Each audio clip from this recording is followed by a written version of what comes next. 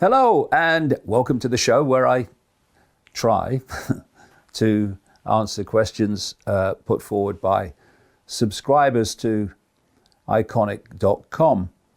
And we'll start with this week, Andy Noble. If we are all one, all-powerful and all-knowing consciousness, how have we allowed ourselves to be hijacked by a distorted part of all consciousness? Well, you know, one of the things that makes it easier for people today to explain the nature of the simulation is the fact that we have this technological world which basically mirrors the simulation in so many ways. And so we have the analogies and the tools to explain what we are trying to get across with technology that now is all around us.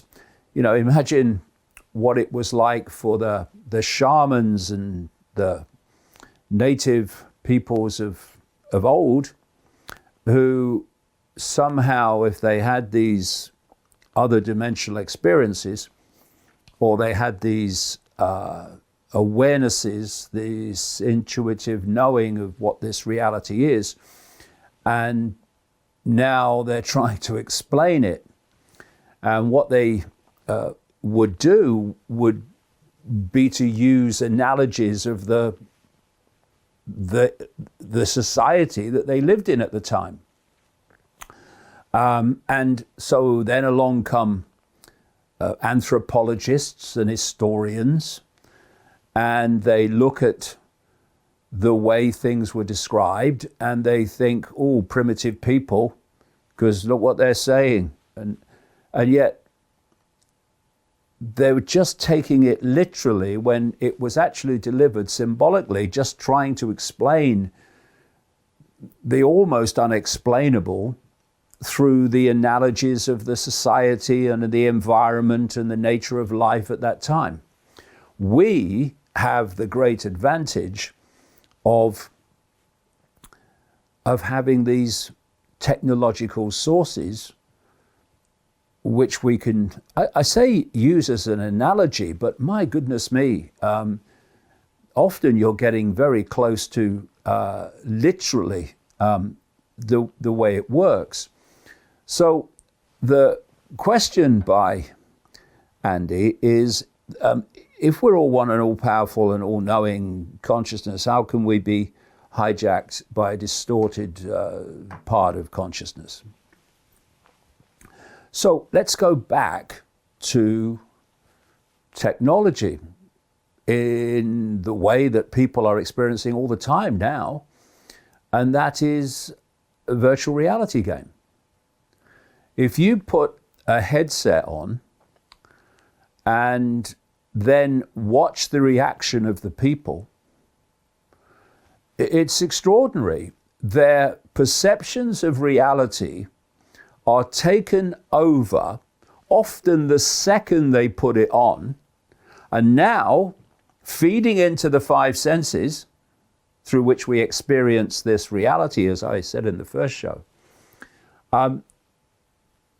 they're now experiencing the information that the game is feeding them through the headset. And you can go on the internet, go on YouTube, and you can see compilations of people.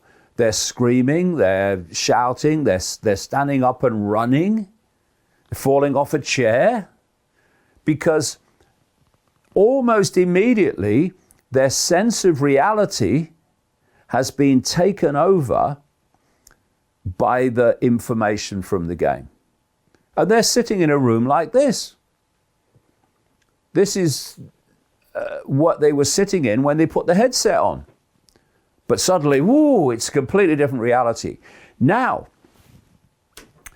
just span that across the fact that this biological computer body is the equivalent of a headset. It's decoding the simulation matrix field of information through the five senses and the brain into a sense of external reality that's actually always all going on in here. I mean, you know, when you've got a headset on in a virtual reality game, where is the game played? Here, in your brain. The information is delivered to the brain, and the brain decodes it into a sense of reality. And that's how the simulation works. It's a field of information which the body computer is decoding into a sense of external physical reality, which is all going on in here. Now, what you can do with a virtual reality headset is you can take it off and you can be back in your room. Oh, it was just a game. But the only way you take this off, which is decoding the matrix field into a sense of reality, is when you die. Well, you don't die. That's the point. The biological computer ceases to function, ceases to decode the matrix simulation field. Thus, you are released into another reality, the astral reality, as I talked about last week. So, the question of how all-knowing consciousness got trapped by, shall we say, all not knowing consciousness that created this matrix is simply by hijacking perception of reality. And, you know, originally, I mean, I go into this in more detail in the books, but originally, consciousness was enticed into this. I talked about last week of the simulation being the human realm of materialism and density, and the less dense astral realm. That's basically the simulation, and you move through the wheel of samsara from one to the other in this trap. And so consciousness was enticed into this simulation. And once in it, its perception of reality was hijacked. So we are consciousness in this human realm, okay? Yeah. But we have the potential, in fact, we are connected, if not influenced, we're always connected to infinite awareness. So in that sense, we're always all-knowing. However, what if you get detached from that all-knowing level of yourself, and therefore your awareness comes from the information you receive, not from your expanded self, but from your in the simulation self. You're in the simulation and of the simulation. You become detached, exactly the same as you're sitting in a room, you put a headset on of a virtual reality game, and suddenly you're in a completely different reality. And you're not connected anymore, perceptually, to the room that you are actually sitting in. Because this has taken over. And that's basically what's happened. If you look at, again, you know, what I talked about in the first show, frequency, you look at expanded levels of awareness beyond the simulation. In the realm of form and creation, as we call it.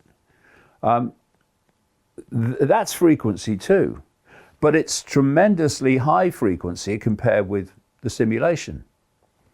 And so the idea is that once your perceptions are hijacked, your sense of reality is hijacked, whether it's in the astral level of the simulation or in the human level, then that dictates your frequency.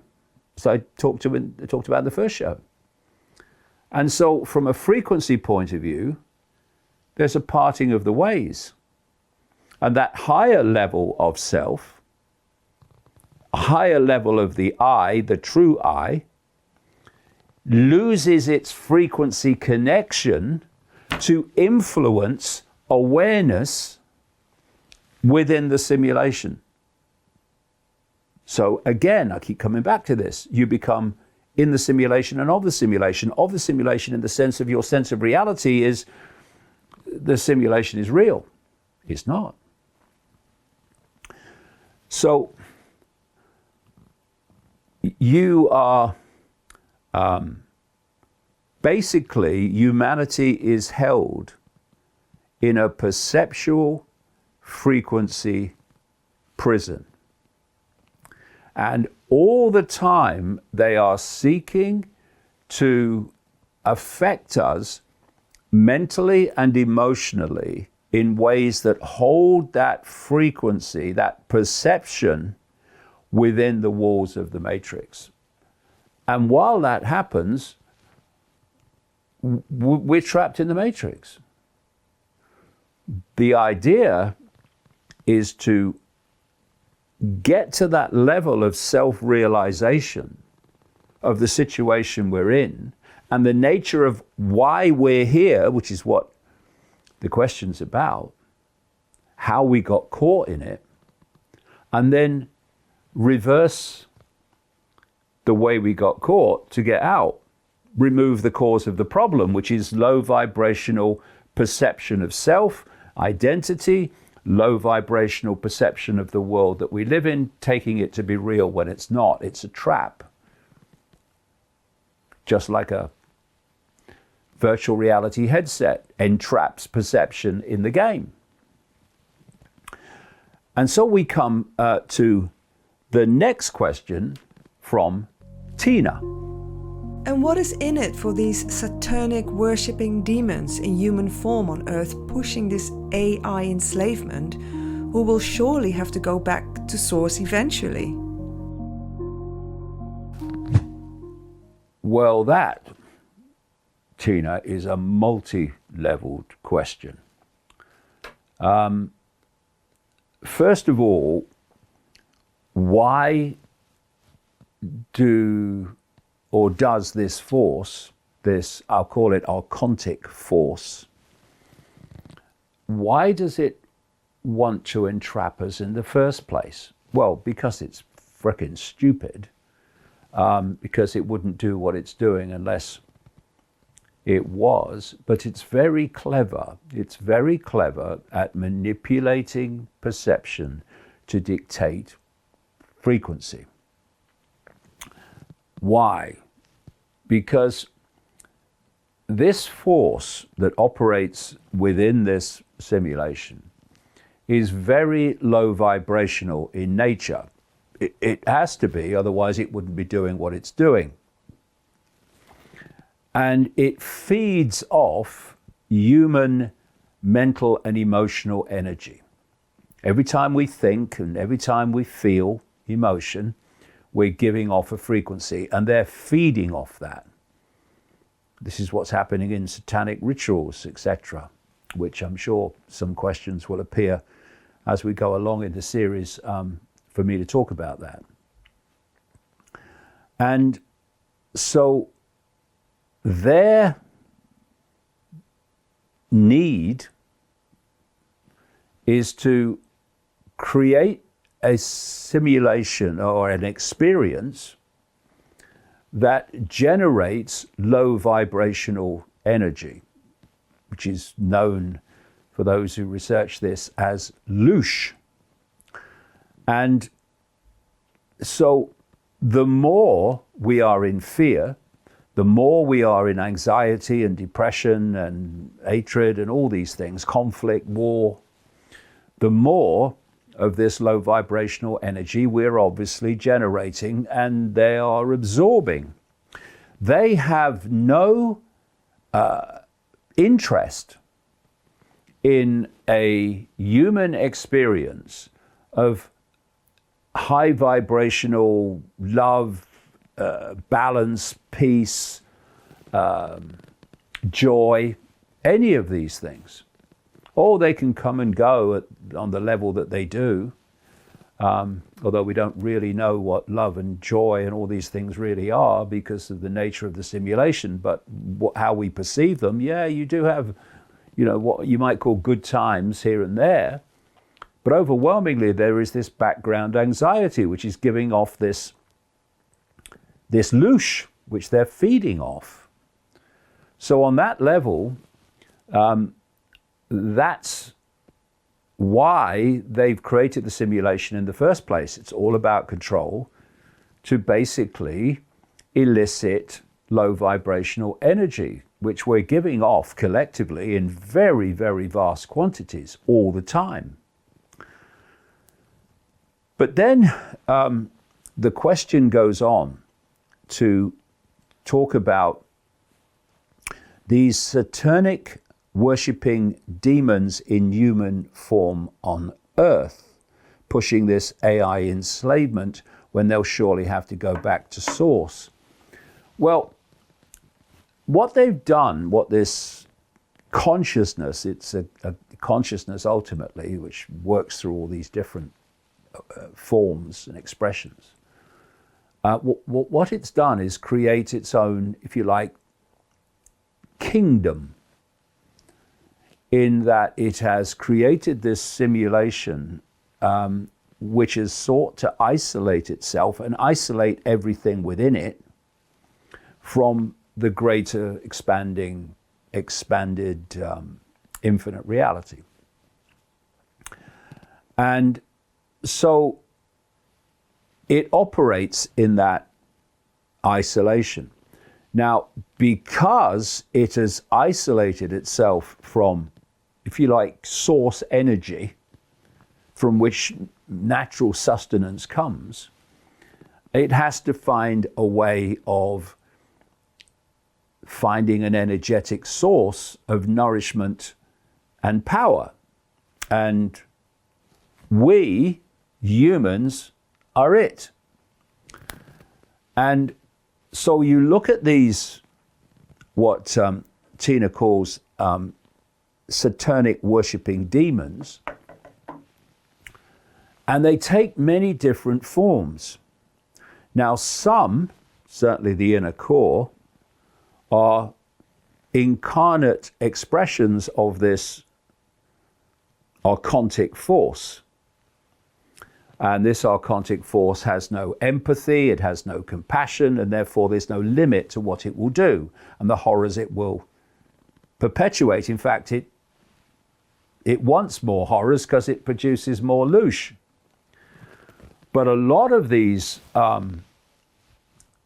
operatives, shall we say, within this global cult that serves the interests of the astral demonic archontic force, are actually forms of AI, artificial intelligence.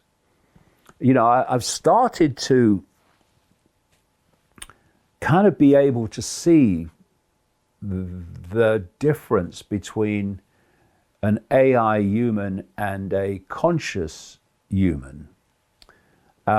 It's not too difficult if you observe. So a conscious human has a kind of vibrance about them, even if it's not having a good time. There's a vibrance about it. And then you've got the AI human, which is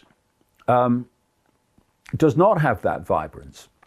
And when I'm looking at people like Bill Gates, Klaus Schwab at the World Economic Forum, and many others in this this global cult hierarchy, and they're just gophers, by the way, the real power is well beyond them. You see this lack of vibrance, this lack of charisma almost in these people.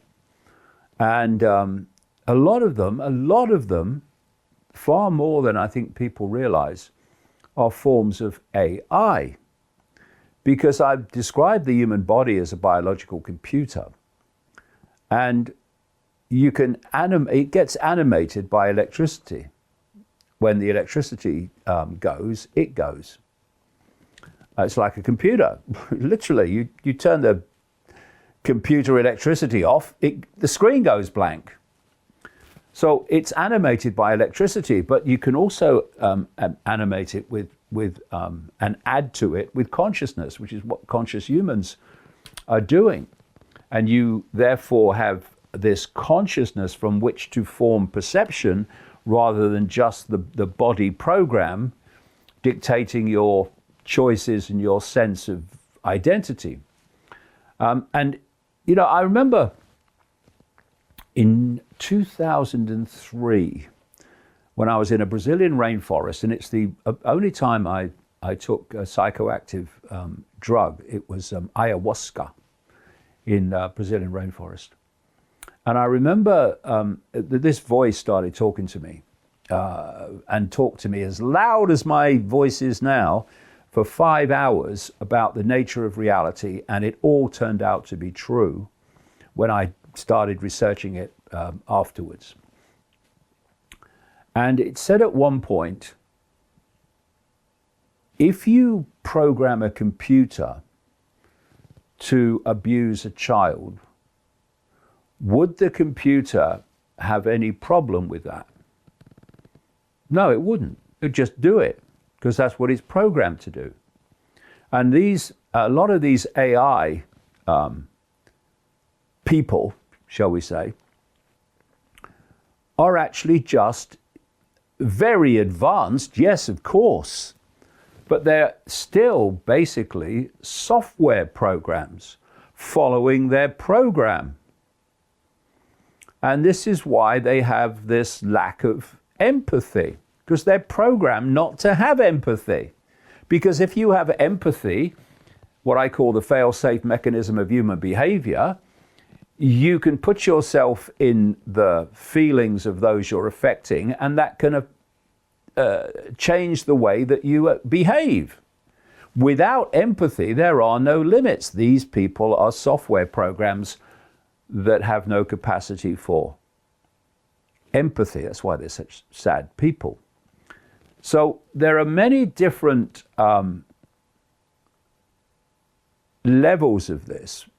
There is this expression of this archontic consciousness, which at some point will have to be reabsorbed or reconnected into the infinite awareness beyond the simulation.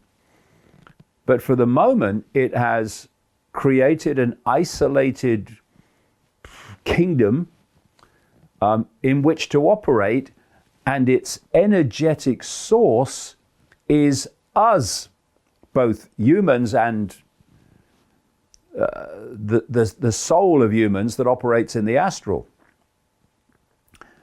But there are many people within this global cult, call them people, that don't have to be, if you like, reabsorbed, because they are artificial intelligence just following their program. Okay, Aaron Cody is question number 3. My multi-question is this. As we hear so often that the powers behind all the craziness and chaos in the world is this satanic death cult, and death is what they want. David speaks about loosh in his more recent books, and the Force needs us to provide the loosh for them to thrive and survive. Where is the balance? To go along with this, was the vaccine intended to kill or connect? Obviously, the jab has claimed the lives of millions of people and still doing work, yet they talk about the connection of all everything. Do they want us connected and controllable, sick and dying, or simply dead? Okay, well, let me talk about this fake vaccine in relation to this question.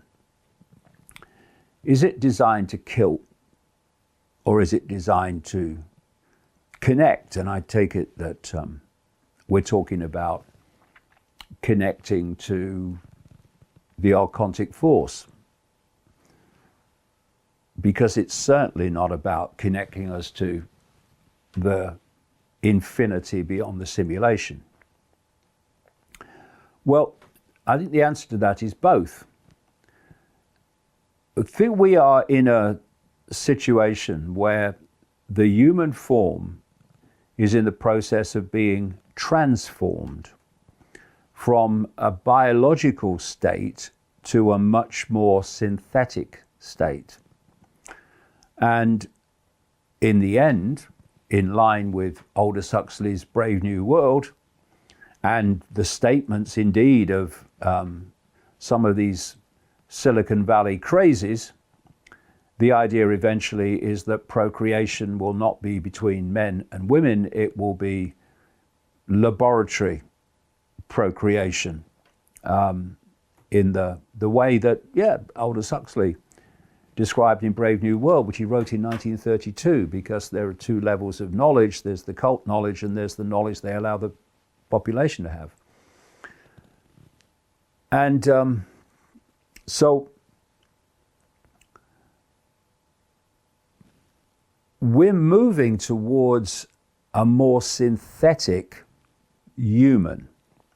And it's no surprise, therefore, that one of the most fast expanding aspects of science is synthetic biology, or synbio, as they call it, which is basically creating synthetic versions of biological human systems.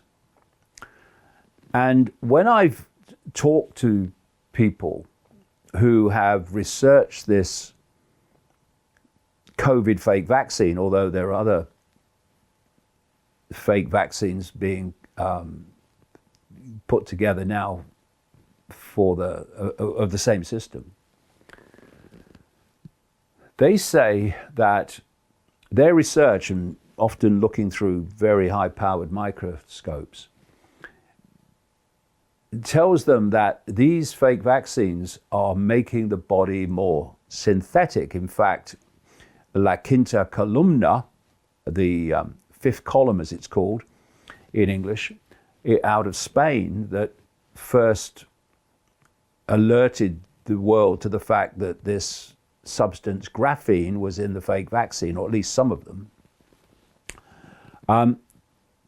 Their belief is that the basic content of these COVID fake vaccine files is synthetic, and it's turning the body synthetic by this self-replicating nanotechnology that they're seeing building systems through their high-powered microscopes in the blood, etc. And so we're being changed into a body system that is much more synthetic, and this is really part of the answer to this question by Aaron of what is this COVID fake vaccine, and is it trying to kill us or is it trying to change us? Well, ultimately, it's about transforming the human body from a biological state to a much more synthetic state. But some people will make that transition and they'll be the new human in this crazy, mad idea. But some won't make the transition, and they're the ones that are being killed by this fake vaccine. And one of the reasons that they want a more synthetic human is, I think there's an aspect of it which is about blocking, again, even more this connection to infinity beyond the simulation. But also I think that what they're creating is a hive mind that is being generated through an electromagnetic field which is coming out of the 5G towers and the 6G towers to come and 7G after that, and through the low orbit satellites being put up there in their thousands by primarily Elon Musk and SpaceX, but Jeff Bezos is coming along behind him now. And this, if you look at electromagnetism, it is a vehicle for the communication of information. You can communicate information. It's a vehicle for information to circulate through the electromagnetic field.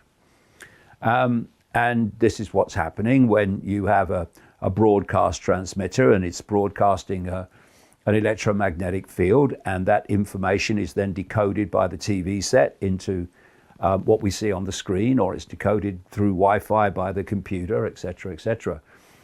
So it can communicate information. And the hive mind, in the words of Ray Kurzweil, the Google so-called futurist executive, is what we call the cloud. He talks about connecting humans to the cloud. And part of this cloud system, fundamental part, is this increasingly global electromagnetic field that's being technologically generated. And in my new book, The Roadmap, which is out in the first week in January, I quote Chinese scientists who talk about the fact that you can, and indeed they are in China already, probably elsewhere too, they're already changing people's perceptions through electromagnetism.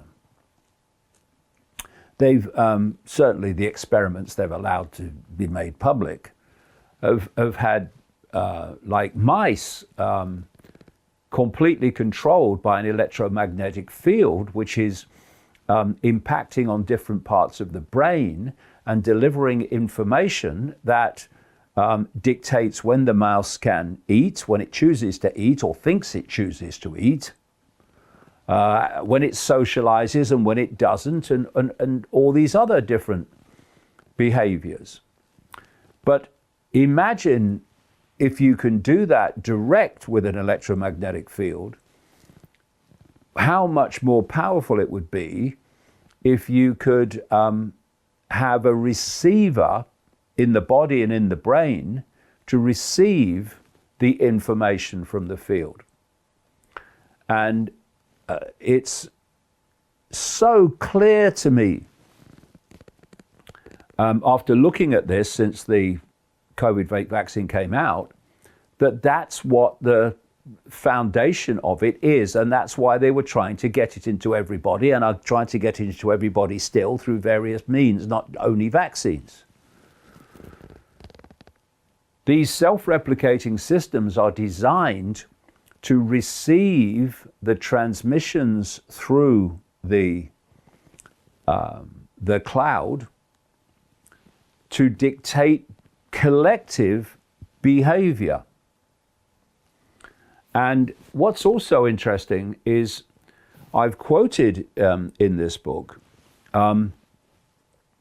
healers, healers do the hands-on healing, and also psychologists as well, who have seen dramatic changes since the fake vaccine was rolled out in behavior. I mean, we've all experienced that.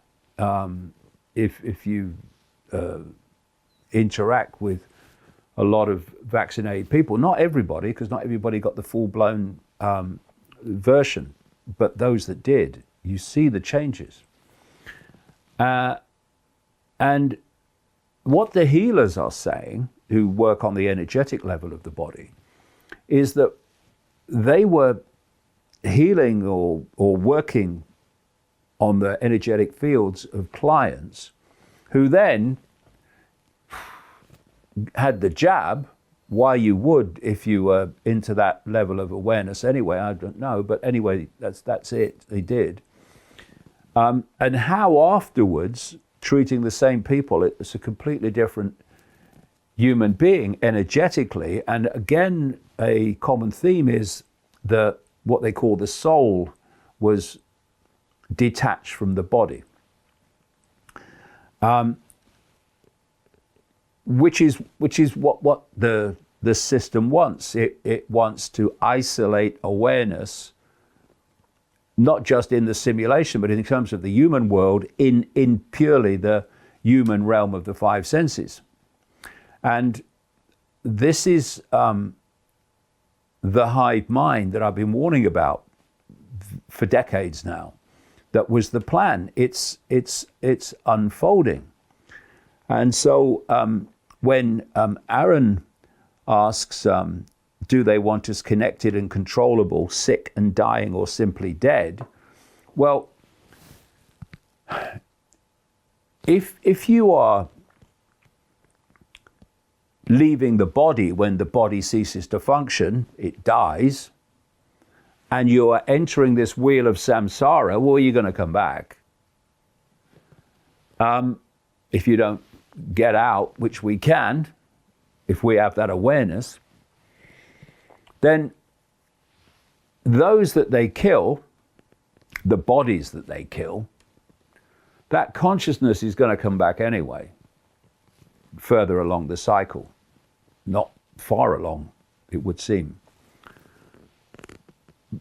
But the key is to so impact upon the nature of the biological computer. This is what it's focused on.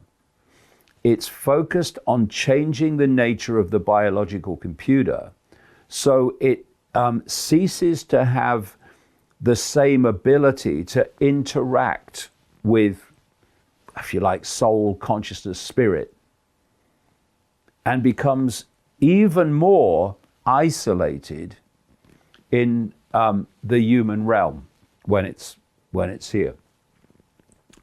And I think there is a plan. I think there is, and I think if you look at some of these, a lot of these AI billionaire oligarchs in Silicon Valley and elsewhere, they're constantly looking for ways never to die. Nightmare. There's infinity out there. What do you mean you don't want to die? You want to stay here forever? But they do, because they're stupid. Clever, but stupid. And so they're trying to do it for themselves in that sense. And I think they are trying to create a body that has a longevity,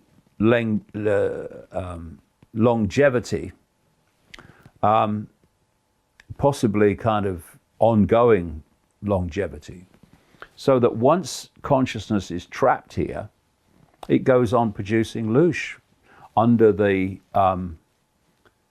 influence of a hive mind. I mean, if you've got control of a hive mind that's impacting on the awareness and perception of the population, well, you've got loosh on tap, because you can make that mind go into any emotional or mental state that you want.